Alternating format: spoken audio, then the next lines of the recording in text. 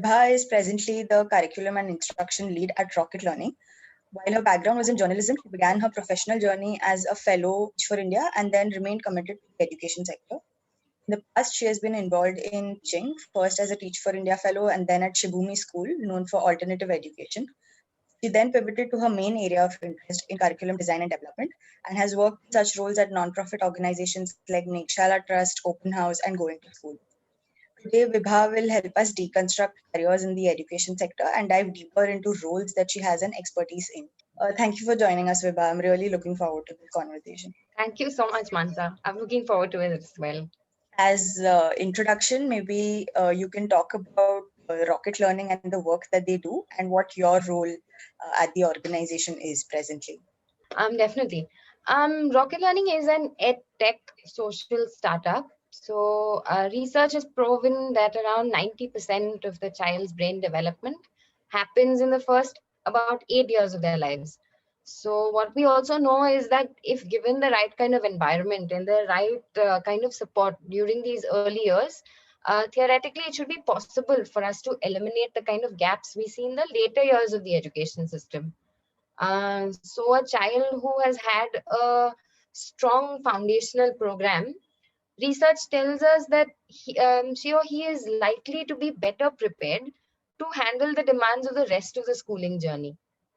So at Rocket, we want to work with the government and private bodies in ensuring that children between these years, that is 3 to 8 years of age, have access to age appropriate learning. So at Rocket, we also believe that parents can be a great lever in making this kind of learning available to children, since they're pretty much the child's first and closest source of knowledge and information.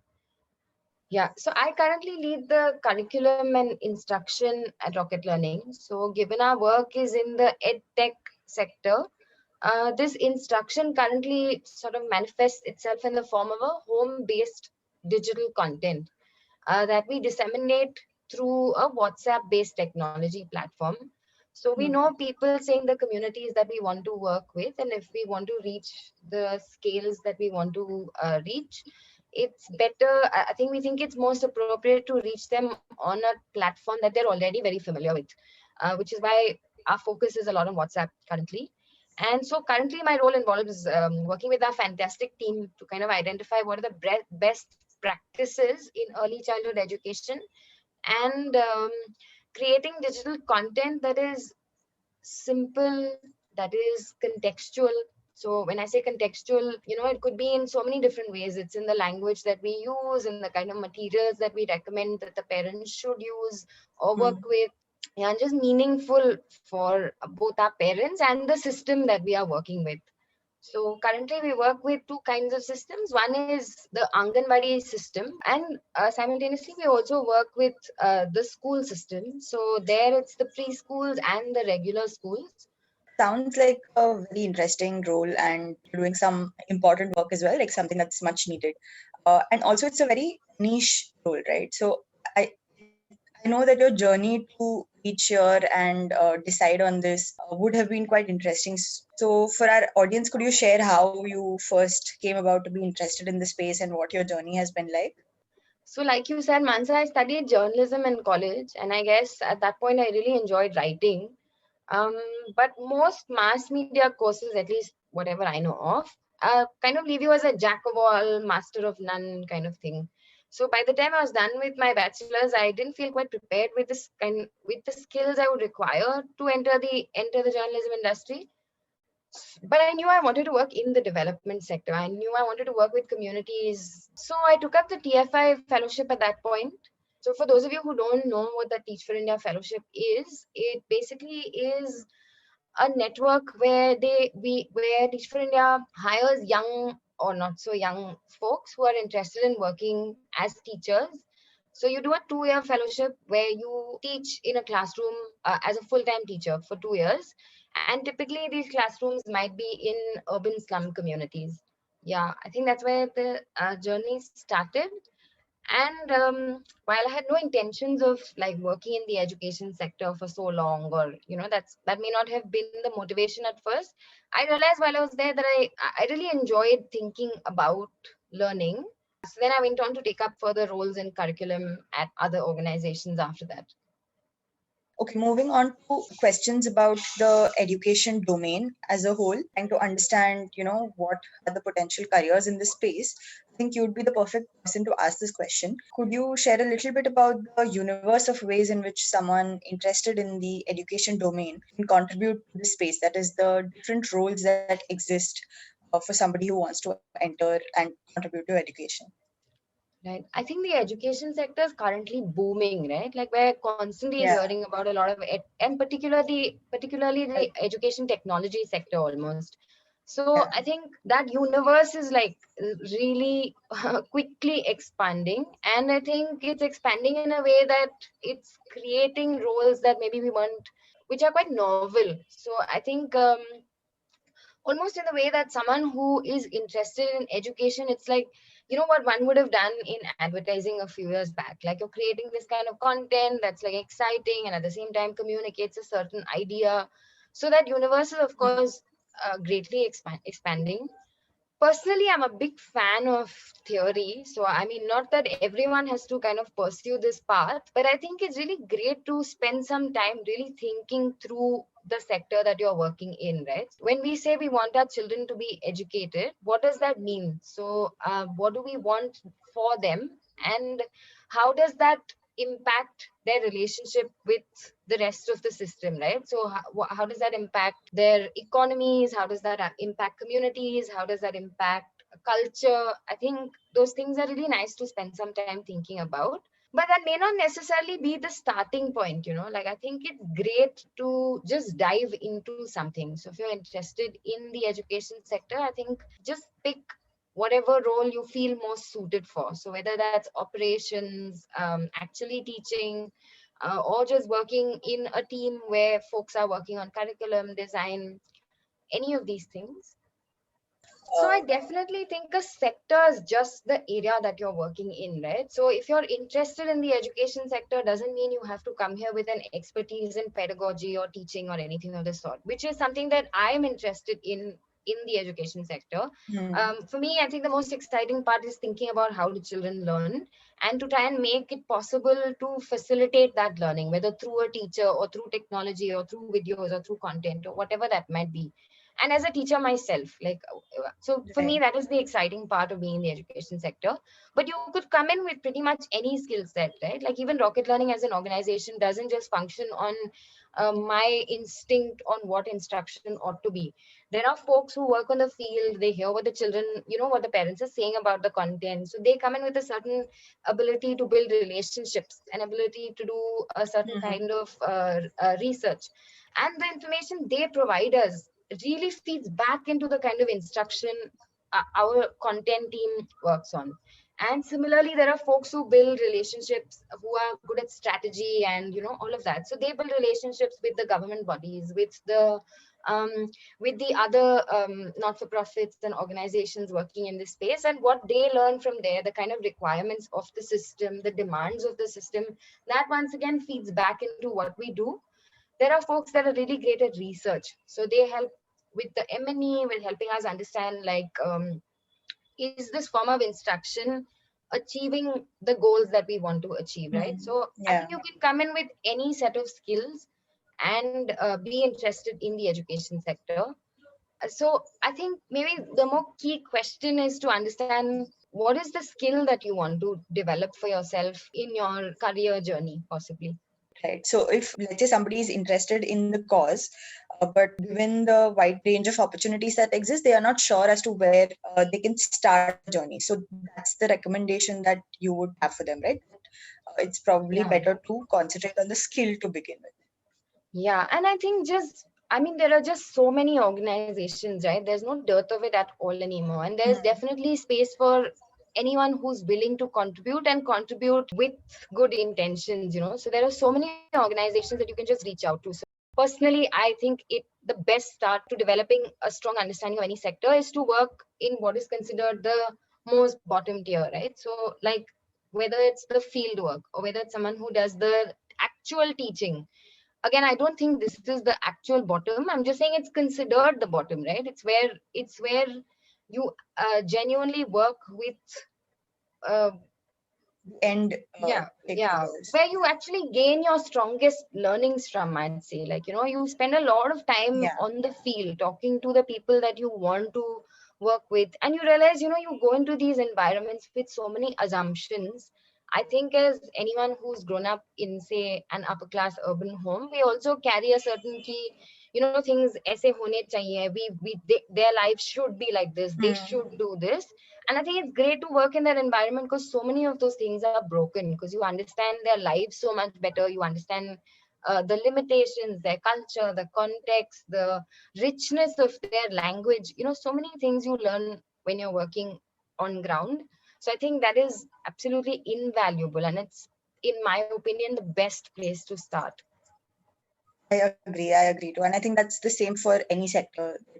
Yeah. Just to summarize, the key suggestions that you would have for people who are interested in the education domain would be to, one, start at the grassroots, where they are directly interfacing with the end stakeholders. And number two would be then to develop a skill of their interest and see how that fits into the larger ecosystem and the larger picture in education, right? Yeah. But I also, Manja, I feel wary of giving out advice like that, because I think definitely do develop a set of skills for yourself. But I feel you needn't be in a hurry for it, hurry to do this. I think like time will reveal what that skill set might be for you, or maybe it's clear to you from the start. So I think like to some level, just follow. I feel it's great to follow that intuition, right? And only then maybe there's a kind of kick in the work that you do. Otherwise you're just doing it in a very I think it's good not to put yourself into a bucket too early. Right, right. Yeah, and I think, I mean, when you're working at the grassroots anyway, it will be more of lateral skills that you're developing, like things you will be Yeah. working on a wide range of things and doing a lot of different coordination and development and all of those things. So I Yeah. think automatically you will be able to experience all of those different things as well, because you're Yeah, more focused on what needs to get rather than what absolutely. is the i niche that. remember I remember when I was doing TFI, two of my greatest takeaways, weirdly enough, was about like how my time was used, right? There would be times where I would just have to sit and wait for the authorities for hours, just waiting for these folks to give us like 5 minutes of their time to convince them about something that, for the sake of my children, was a significant shift, right? But for that 2 hours of sitting there for that 5-hour meeting is so exhausting. And the other Yeah. thing on time is like to act fast. Like the moment there seems to be a little like space where you can push through, just sort of slip in that small set of time and just do the thing that needs to be done. And Yeah. I think those are like things that you can't I mean, it's only working in the system that will teach you that about the system. Yeah. And that's also a skill that you need to develop. Yeah. Yeah. Yeah. True. So, moving on to the next part about the specific roles that you have been involved in, is that of a teacher and of a curriculum designer. Could you share a little bit about those roles and what are the range of activities that one would be responsible for as a teacher or a curriculum designer or curriculum lead as well, because you Yeah. have experience in that. I think there has been nothing more rewarding than being a school teacher. Personally, I think I did not think I would enjoy the company of children. But in retrospect, often, my friends tell me that I'm someone who enjoys my work enviably so, especially as a school teacher. I think spending that much time with children and really observing them as they are making progress in learning. For example, like when a child has what we call like an aha moment, when that look of realization comes to the child's face, I think it's one of the most rewarding and most exceptional moments as a teacher. So I think as a teacher, you're responsible for primarily the well-being of a group of children, and along with that, of course, responsible for equipping them with the right set of skills, the right kind of mindsets that are required for them to go through the rest of their lives. So while at TFI, I was working more with, like a at-risk kind of community. So the children there were predominantly either children of rickshaw drivers, or their parents did not have a job, or the mother was, doing a job as a maid in someone's house, or, so the family income overall was quite low. Also, the school I worked at was a private school, which meant that, the ability to put your child to school, in school, was a sort of month to month struggle. So often we would not know if a child would show up the next month, because if, say, something happens, and what typically happens is, of course, a lot of like alcohol consumption, a lot of drug abuse, things like that, both by the father and by the children themselves. And because of this, they either drop out of schools too early. So, how do you make school a space where children really want to come? They look forward to being here. They consider it a safe space. And also, how do you make it cool? Because it has to be Yeah. something that as they're transitioning from being really young to being, say, teenagers, which is approximately when they kind of drop off, how do you make the school space a space that they can take pride in, like, and want to take pride in? So I think for our kids, it was a lot of sports. So we would play a lot of sports with them, and that, had effects in the classroom, such significant effects. Like kids who would typically not do any of their homework, now that we had created this entire sports program for them, they would show up to class and do their academic work with a lot more diligence. Yeah, and similarly at Shibumi, I think the group of children that I was working with, of course, was very different, and the context of the learning was also very different. So Shibumi is an alternative school, and the method of learning at Shibumi is that the goal is kind of to make children self-directed learners. So they direct their own journey of learning. I think the reason Shibumi is able to do what it does is because the teacher to student ratio is also quite low. So while at Teach for India, it was one of us to about 40 children. At Shibumi, it's about one teacher to maybe 6 to 7 kids. So um, the relationships I had with the children at Shibumi were, of course, more intense. They were a lot deeper because I had so much time with them and I knew so much about them. Apart from the numbers, I think one thing that was extraordinary about my time at Shibumi was just the way learning happened. So a lot of it would be based on observations of the child. So for example, if I knew a child was really interested in, say, working with their hands with a particular material, I would use that information to create a project for them through which they would develop the skills that were required in their academics. So in, say, literacy or math or science. But there was no prescribed curriculum either, as in we definitely had certain benchmarks in mind that were based on certain curriculums, but the process of learning was largely dependent on following the child's intuition, following the child's interests. I've covered the teacher part, but I think I've not spoken about the curriculum designer role. Yeah. Yeah. As a teacher, also, what I got in terms of the role differences between these two experiences was that in TFI, probably it was obviously much more instructional because it was a larger class. We were also involved in helping the students outside of class, be it through building their leadership skills or their involvement, or engaging with families and the Yeah. stakeholders like in the government and so on. Whereas at Shibumi, it was more focused on smaller group learning. So it was a more personalized experience for the student, and method of teaching then was something that you could experiment with Yeah. depending upon the student. Yeah. Yeah, definitely. And I think the Teach for India classroom did not have physical space. It had a very poor teacher to student ratio. We had limited instructional time.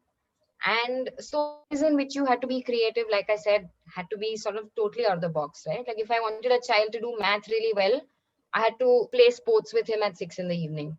Whereas in Shibumi, because there was more space, a great teacher to student ratio, and of course a fewer number of children, so more time, there was so much more room to experiment with the ways in which we could bring learning to the children. Right. So much more time in nature, so much more time in play, so much more time working with your hands. You sound very different, even though the role is kind of similar. Because of the Yeah. context, I think the kind of activities that you were involved in varied quite a bit. Yeah. And what about the curriculum designer and curriculum lead? Right. My experience as a teacher has definitely, of course, translated into both these roles, right? So in my earlier years, when I was at Meghshala, I think my approach to curriculum design and to instructional design was largely based on my experience at Teach for India. So, for example, I think there was a lot more focus on how do you slip in, how do you sort of package learning in a way that it becomes fun for children. You know, it makes them engaged in their learning. So, how do you make it a little bit exciting, the wrapper that you put around the education? I think at that point, that was my framework of instructional design. And I explored that quite seriously for quite a while. But I think where I hit a bit of, I mean, and not just at Meghshala, but in my journey as an instructional designer, I think where I hit a roadblock was I felt like I did not have the right kind of exposure to think outside these limitations, right? Because my understanding of learning had happened within the confines of Teach for India. So I went on to do a master's degree in learning and design, while simultaneously I was also teaching at Shibumi. So those 3 years really radically shifted my understanding of how learning can look. So as a curriculum designer, what you're doing is making great strategies for learning available to a mass, right? Whereas as a teacher, you're working with just say 30 children or 40 children. As a curriculum designer, the methods that you apply essentially reach a much wider audience. So at Rocket Learning, for example, our reach is quite huge currently. We work in multiple states across multiple districts. So just like, if I spend half an hour planning something as a teacher, it reaches 30 children. But whereas if I spend 30 minutes planning as a curriculum designer, it reaches a much wider audience. So the Right. kind of design that you have to apply is very different. Again, as a teacher, you are sort of moderating your instruction and iterating it based on your observations of the children. So I can sort of change it day to day to day. Whereas as a curriculum designer, that feedback loop is a lot longer. So, then you have to go out and conduct specific research about your users' preferences. So you go out onto the field, you conduct focus groups, you do like learning outcome assessments, you do M&E of different kinds, and then collect the kind of feedback that you require to iterate the instruction. I think between a teacher and an instructional designer, it's like the greatest difference is the one of scale. And the scale naturally brings a distance from your final user.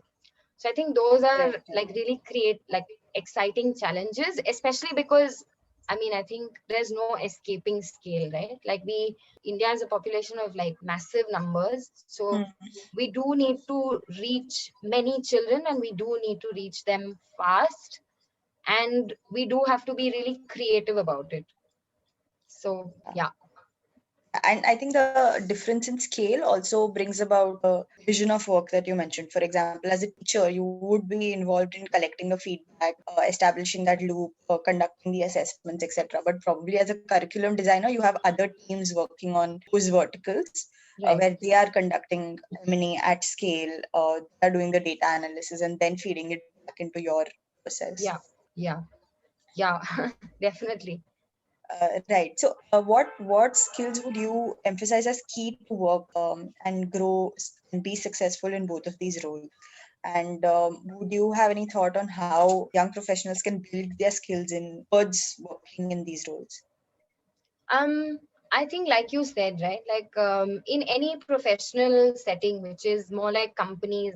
So I'll talk about the teaching and school part maybe separately. But when you're talking about any professional journey where you're working with organizations or companies, I think setting up systems of collaboration is possibly the most important thing, right? Say I'm setting up my instruction in a particular way, but the M&E team is collecting information about something totally different, and that doesn't feed back into what like what questions I would have asked as a teacher.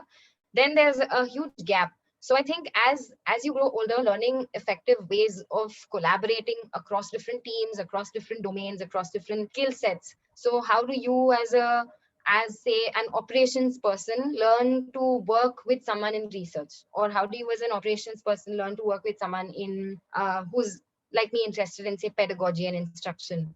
And in similar ways, like how do you create an organization that speaks to each other constantly and that um, communicates with each other?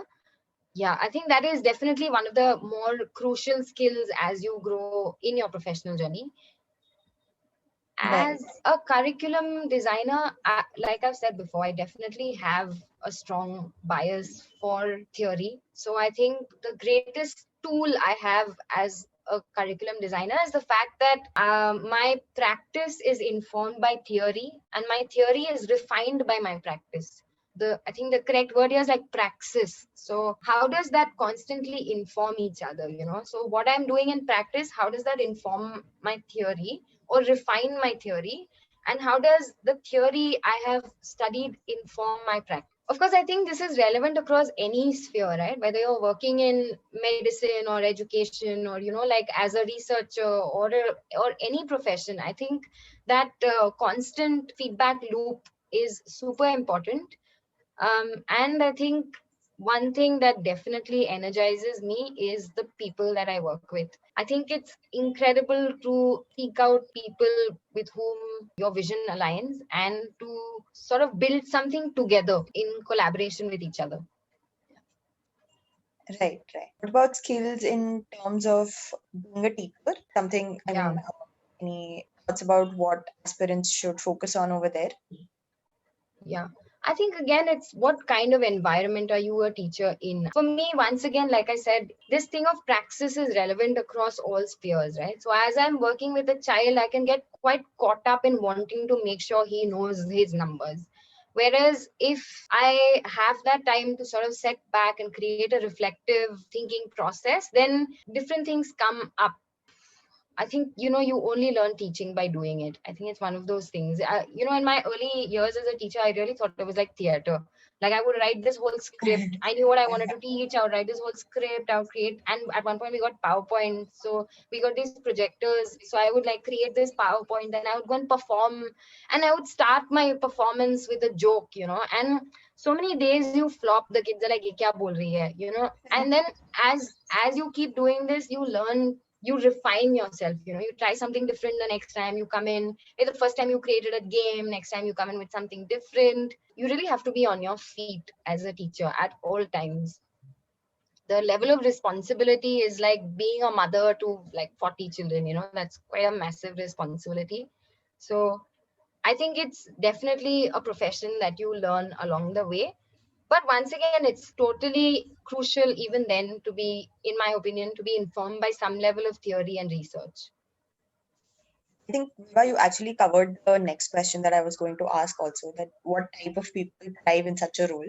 I mean, outside of skills, what would be needed for somebody to succeed in the environments that a curriculum designer or a teacher works in?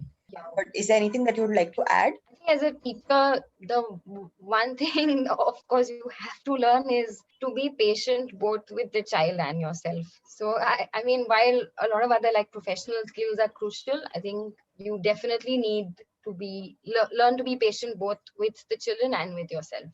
Okay. And could you, since we are also talking about a comparison between the two roles, and not really a comparison, but talking about the opportunities and what these two roles look like, could you share a little bit about what are the opportunities for growth and pay in both the roles, and how good are they compared to other roles in the education sector? Yeah. I think things are changing. Firstly, I think I want to call that out. But there is naturally like a very standard assumption in all professional spaces, right? Like spaces that have predominantly been owned by upper class males do tend to get Mhm. rewarded a lot more. So say folks who are in, say, the more like technology, engineering, operations, not operations, but like say management kind of roles do tend to get paid a lot more than say people who are doing the actual work of teaching, right? So definitely there is in my opinion, a giant gap. And this is not, I mean, I'm not here to hopefully to give you a rosy picture of what this is.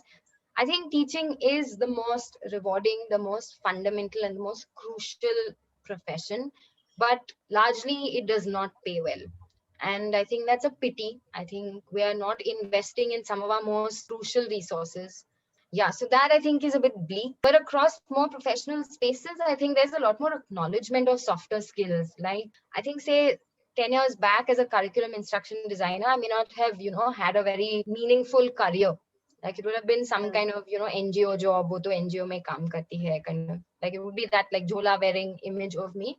But I think younger professionals working in the development sector, working in education now have a lot more opportunity to grow and evolve. And I think they are given the credit where it's due. This may not be, of course, completely, we've not like aced this just yet, but I definitely think it is evolving. So, keeping that in mind, what would you say have been your biggest learnings from your entire journey? Not just the specific roles that we have discussed, but even outside of them. And anything that you want students and young professionals to keep in mind when they're navigating the development sector landscape.